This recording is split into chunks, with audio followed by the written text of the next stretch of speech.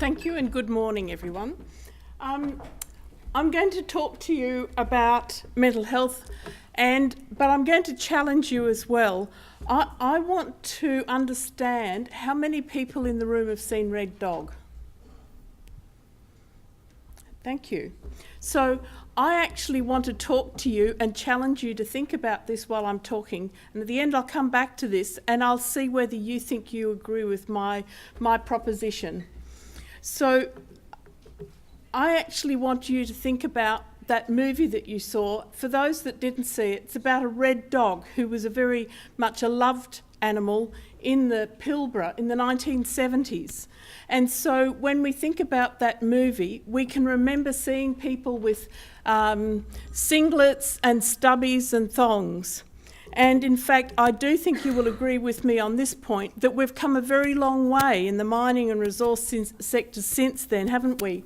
So we've got a huge amount of concentration on physical health and safety. So we have steel cap boots, dust suppression, eye protection, you name it, we've got it. What I am putting to you is, has mental health and the protection of psychological injury kept up with physical health and safety?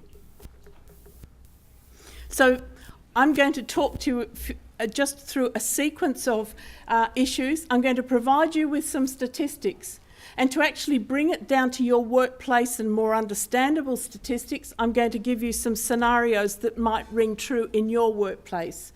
I'm going to talk to you about the sorts of interventions and the challenges we face, some solutions, because there's no point criticising without coming up with solutions. I'm going to give you some fairly significant and very new survey results that we've just received, which are relevant to our discussions this morning. And there are, of course, rewards for doing this. So anybody that knows anything about mental health and sees any billboards, that we know that 1 in 5 of us in Australia may have a mental health problem in any one year. However, recent research tells us that 1 in 3 who work in rural and remote Australia may well have a mental health problem in a year. Now, we do, and we've seen some of these statistics this morning, we know that about 250,000 people work directly in the mining and resource sectors, that is, in rural and remote Australia at the site. And then we also know that 750,000 actually indirectly support them through service industries and a range of other support companies. So taking the most conservative figure of 1 in 5, we're going to have at least 200,000 people, if not 300,000 people, who are potentially at risk of a mental health problem in any one year. Yes, you're going to say, I can't even imagine that, and you probably can't because it's very hard to comprehend that. We also know that the direct annual cost to employers, that's companies, and companies in this room are included in this, that's stress-related absenteeism and presenteeism. And for those who don't know what presenteeism, it's basically somebody at work, somebody is at work, but their head's not in the right space and they're not functioning properly. And you're not going to know about it. And I'm sure that happens on remote sites quite a lot.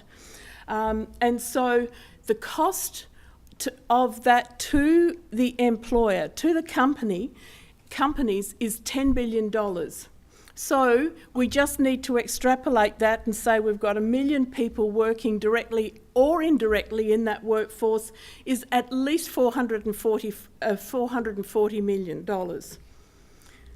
Another scenario is that on a work site of about 1,000, and of course in some of the LNG sites and some of the iron ore sites, that's positively small. But we're at least going to have, say, over 300 people on that site with a mental health issue. And if they've got a presenteeism problem or they've got a mental health problem, we know that 2 3/4 hours are lost in a 12-hour shift, which is absolutely normal. So that is actually 9 employees lost to that company in a year. And when you start looking at the the salaries and the wages earned by those people, it doesn't take too much for you to calculate in your head how much is being lost from that very conservative estimate. Another scenario, and we've talked about retention, we understand churn, and in some cases it's very high, particularly in the construction sites when you've got 4-in-1 swings and you've got 6-in-1 swings. It's very challenging and it's hard work. So, for example, if we have the churn of 10%, which is absolutely minimal, but of course if those people have a preventative mental health problem, in 1,000 employees, we know that to recruit, train and place someone from the street onto a site could cost at least $50,000, and I'm often corrected and told it's a lot more than that, and I know it is for engineers and very highly skilled people. So it doesn't take too much imagination to replace that $50,000 with $200,000. So the minimum figure is just $5 million alone with a direct cause of a mental health problem. So, and that doesn't take into account all of the other things that go with that. Their presenteeism, their absenteeism, their workers' compensation and the injury costs. So we now know that mental health problems are directly linked to safety. That is, if you have a mental health problem and your head's not in the right space and you're out on a site, you are 41% more likely to have an accident. We also know from some research in the UK, because we do not do prevention in Australia well enough to have enough programs to measure. And that's an absolute tragedy, and it's an absolute indictment on this government and any other government, because they just do not understand the economies of scale. And the fact is that for every dollar spent on prevention, it has been shown from these programs in the UK that up to $9 can be saved in the first year, and in subsequent years, up to 5 years, $48 for every dollar spent. And you know the reason just as well as I do, because if you miss preventing a problem and it escalates, it takes a very long time to get somebody back to work and to get them up to speed. So I think we've touched on some of these topics in various ways today, but there are many factors that affect mental health, and it's not just flying in or out or driving in and out, which everybody seems to think's a major issue. There are many others, and we know about high workloads, and we know about pressures on sites. We know about the financial pressures right now. We've also heard about limited decision-making and control on sites. People want to have a say, and they do not feel valued if they're not given some level of control. Poor communication. Often middle management feel that information is power and they're definitely not going to share it. How do you break down those barriers? Long periods of concentration, obviously. High-risk work locations. We know about the heat and the climatic conditions. Of course, we've got isolation and separation. We've got workplace bullying and harassment, and we've got obviously the problems associated with drug and alcohol misuse. So I think you might relate to this. I do 12-hour shifts in 43 degrees, covered in dust and breathing in diesel. But she thinks I'm on some sort of a camping trip with my mates. We'll have a fight just before I fly out for my roster, and I'll spend the next 3 weeks worrying about whether I've got a marriage to go home to. Everybody nods when we talk about that out on sites. And it's fine for him. He's out in the bush with his mates having a great time. He gets his meals cooked for him, and he only has to look after himself. I'm stuck here with a sick 4-year-old, a 10-year-old who's in trouble at school, a teenager who grunts at me, and a blocked toilet. So, here are some sorts of mental illnesses that we find out on mining and resource and remote construction sites. Of course there's depression. Everybody thinks mental illness is just depression. It's not. You can have it mixed with anxiety, You can have destructive thinking. Destructive thinking is when somebody is absolutely blinkered. They cannot see outside the square. Everything is doom and gloom. We have all worked with somebody like that. It sucks us in with it. The morale decreases.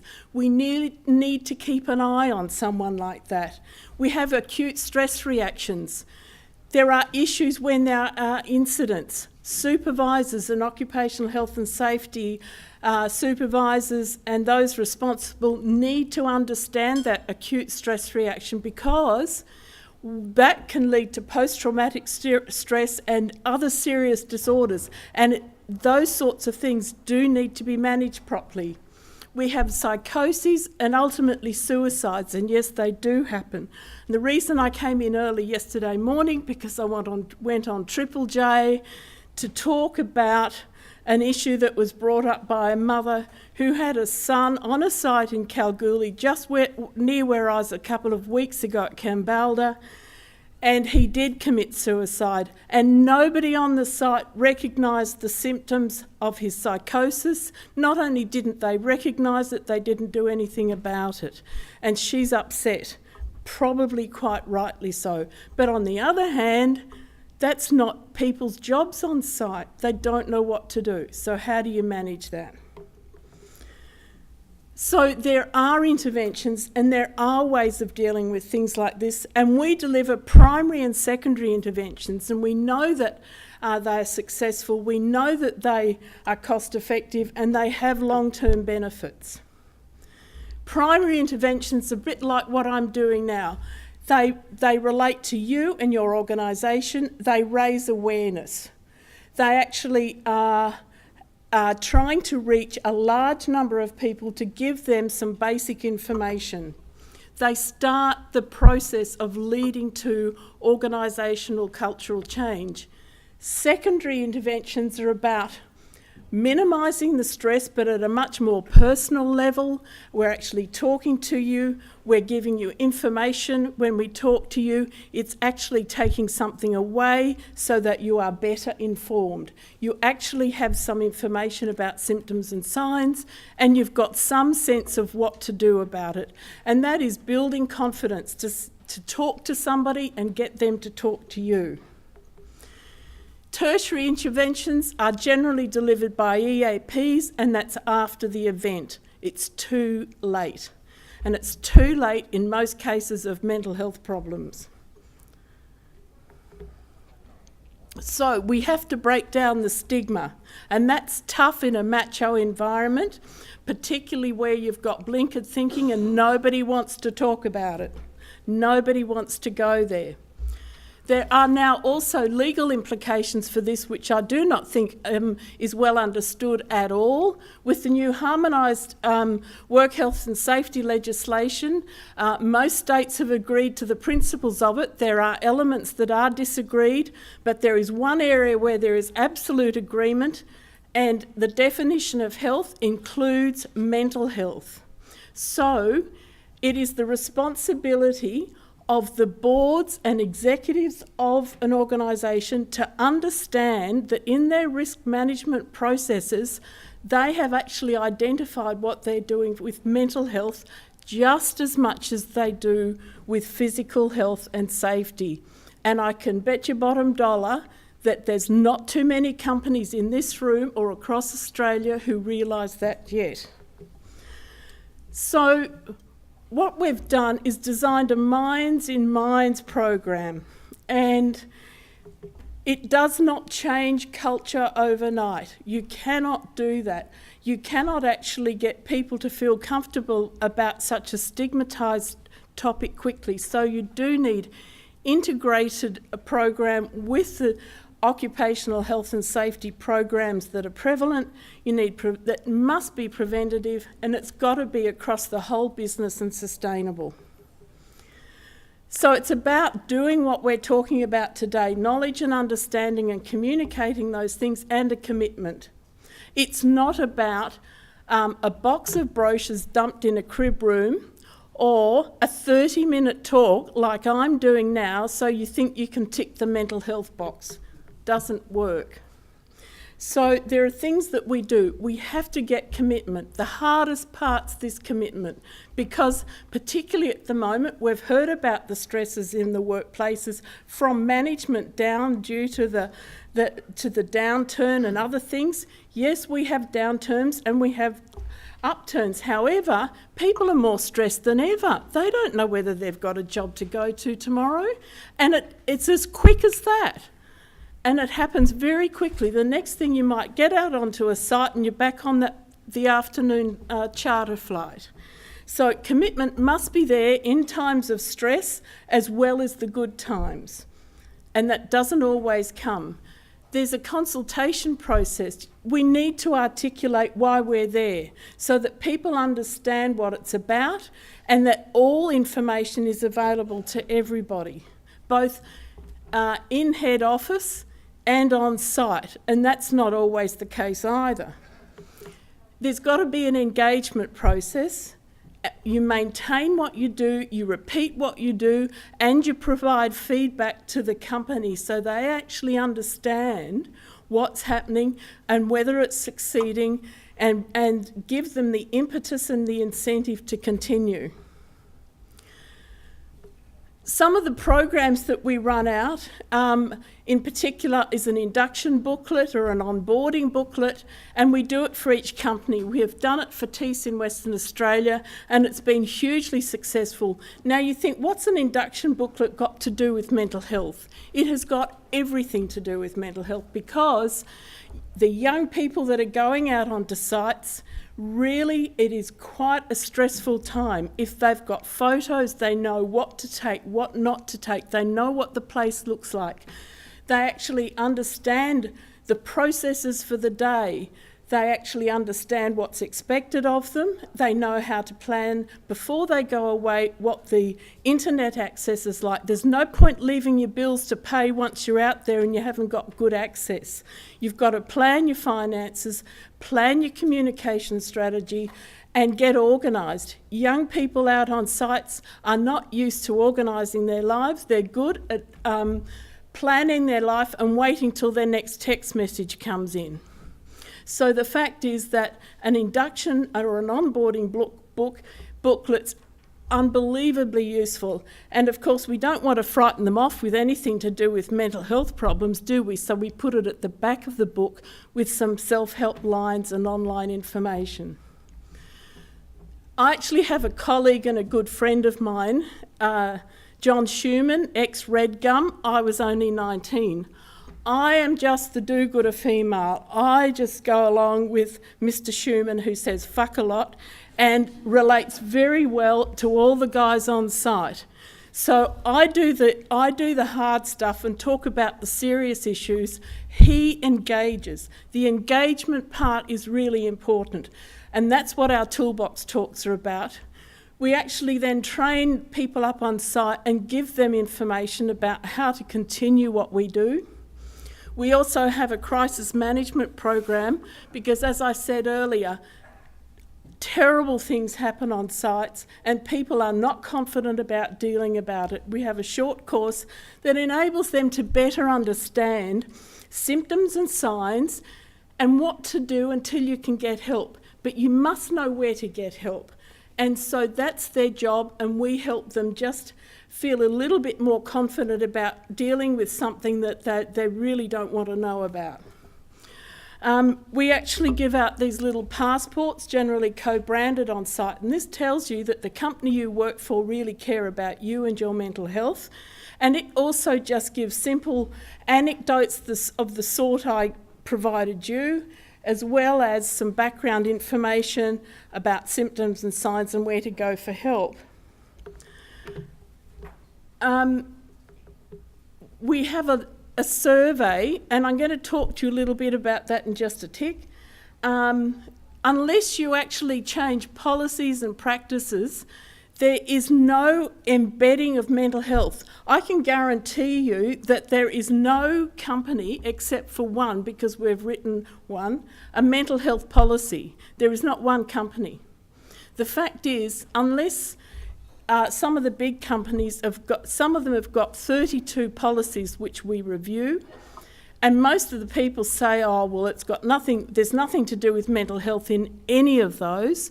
We found that 31 of the 32 had some mental health issue in it. I mean, it was a boring job, I can tell you, but it was worthwhile because it means that mental health and the issues surrounding it are embedded then within that company. When we go out onto a site again, I often take John Schumann and Hugh McDonald, both ex-Red Gum. They know why we're on site. It's a great destigmatising process because they know that we're there to promote mental health. They know why we're there. They talk to us and a whole lot of things emerge, but we put on a performance. Now, if you know the words of I Was Only 19, it is about post-traumatic stress following with Vietnam veterans following the Vietnam War. It has got a natural link into the sorts of tough lives that these guys lead out on sites. And there is an affinity there, and it's not just with the old guys who grew up with this music. Even the young guys have got some of the CDs on their iPhones. So it does relate, and they do engage. We've got some mental health programs, and what actually follows on from the crisis management training I mentioned a minute ago is that we have peer support programs, because that actually embeds and continues, because there's always champions on site who have had a problem, who have an affinity, and they are the go-to people, and we're encouraging them to put their hand up and do some extra training with them. So we communicate, we translate those messages and communicate them in a way that people sit up and listen. There's no point putting a poster out there with a pale blue background and a pink butterfly on it. So just to finish off, I want to just tell you about the survey that we undertake when we go out on site at the beginning and at the end, so we can actually give some metrics back, because of course we're dealing with engineers, aren't we? So the fact is that there are limitations to these surveys, because this particular one is the first one we've got major results from, and I can tell you we did that with Tees in the Pilbara. And we've got others coming on in the pipeline from underground mining companies and contractors, open cut mines, and now the LNG sector. Once we have some information about that, we not only give it back to the company first, because of course they need to understand what's happening on their sites, but ultimately when we get up to the thousands, and we're nudging that now, we will be able to publish some comparative analyses between construction sites, underground mines, open cut mines, LNG, and actually understand what the issues are. I know the swings are important. I know there's a lot of general issues out there. There has been no study done about that, and there's very little information or research done.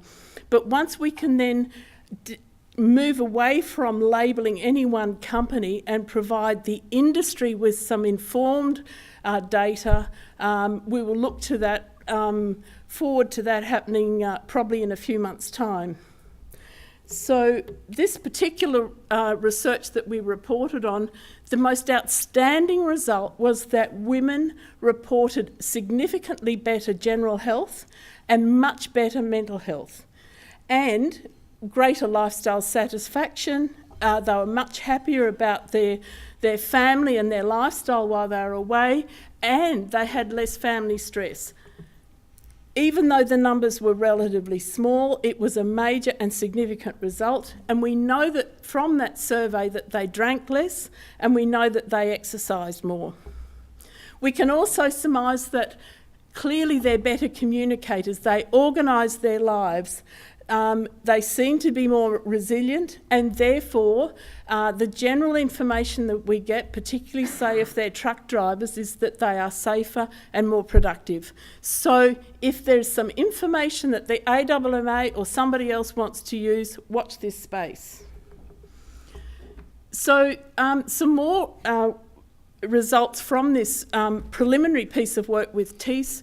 I thought was worth just putting in for today's purposes, because we found that workers in skilled jobs had much better general and physical health than unskilled workers. So that gives us a key to where we need to focus our efforts, not only in terms of mental health but general health. And we found that workers who had higher levels of work stress had very poor mental health, and they had very low work satisfaction. So there are issues, and supervisors and occ health and safety guys on site really need to start looking at issues like that. So at the end of the day, there are rewards for doing something about it, and I don't think companies realise how significant they are, because they're all economically based. There's higher retention rates, reduced churn, lower HR costs, huge economic returns now, reduced absenteeism and presenteeism, again, financially rewarding, improved productivity and profitability, improved morale, much better risk identification if you know what to look for, integrated mental health policies and practices, and clearly a preferred employer status. So wouldn't you agree with me that mental health is still back in the red dog era? Thank you.